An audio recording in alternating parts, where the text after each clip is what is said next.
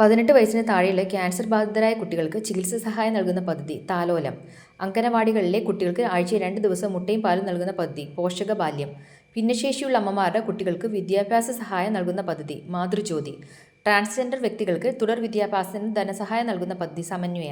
18 വയസ്സിന് താഴെയുള്ള കുട്ടികൾക്ക് സൗജന്യ ചികിത്സ ലഭ്യമാക്കാനുള്ള കേരള സർക്കാർ പദ്ധതി ആരോഗ്യകിരണം.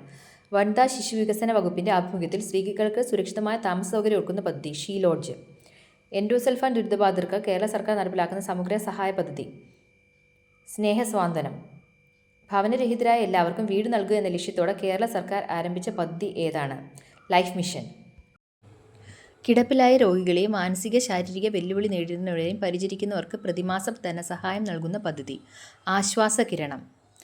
അവിവാഹിതരായ അമ്മമാരെയും അവരുടെ കുട്ടികളെയും സംരക്ഷിക്കുന്നതിനായി കേരള സർക്കാർ ആരംഭിച്ച പദ്ധതി സ്നേഹസ്പർശം. കുട്ടികൾക്കെതിരായ ലൈംഗിക അതിക്രമം തടയുന്നതിനും ബോധവൽക്കരണം നടത്തുന്നതിനുമുള്ള പദ്ധതി കാവൽ. കേൾവിക്കുറവുള്ള 5 വയസ്സുവരെയുള്ള കുട്ടികൾക്ക് കോക്ലിയർ ഇംപ്ലാന്റേഷൻ ശസ്ത്രക്രിയയിലൂടെ കേൾവിശക്തി നൽകുന്ന പദ്ധതി ശ്രുതി തരംഗം. നഗരപ്രദേശങ്ങളിലെ 65 വയസ്സിന് മുകളിലുള്ള പൗരന്മാർക്ക് സൗജന്യ വൈദ്യസഹായവും മരുന്നുകളും നൽകുന്ന പദ്ധതി വയോമിത്രം. അർബുദം, ഹൃദ്രോഗം, വൃക്കരോഗം തുടങ്ങിയ മാരക രോഗങ്ങൾ ബാധിച്ച പാവപ്പെട്ടവർക്ക് ചികിത്സാ സഹായം നൽകുന്ന പദ്ധതി കാരുണ്യ ബെനവലന്റ് ഫണ്ട്.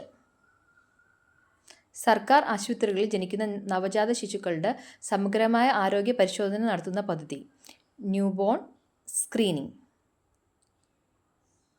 രാത്രിയിൽ ഒറ്റയ്ക്ക് യാത്ര ചെയ്യുന്ന സ്ത്രീകൾക്ക് സഹായത്തിനായി കേരള പോലീസ് ആരംഭിച്ച പദ്ധതി പിങ്ക് പട്രോൾ. ഭിന്നശേഷിക്കാർക്കുള്ള സമഗ്ര തിരിച്ചറിയൽ കാർഡ് നൽകുന്ന കേന്ദ്ര സംസ്ഥാന സംയുക്ത പദ്ധതി UDID. ഉപേക്ഷിക്കപ്പെടുന്ന നവജാത ശിശുക്കളെ ഏറ്റെടുക്കുവാൻ സാമൂഹിക നീതി വകുപ്പ് സ്ഥാപിച്ച സംവിധാനം അമ്മത്തൊട്ടിൽ.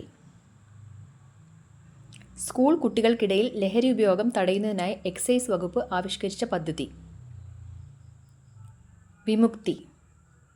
സ്ത്രീധനത്തിനെതിരെ വനിതാ ശിശു വികസന വകുപ്പ് ആരംഭിച്ച ബോധവൽക്കരണ പരിപാടി കനൽ.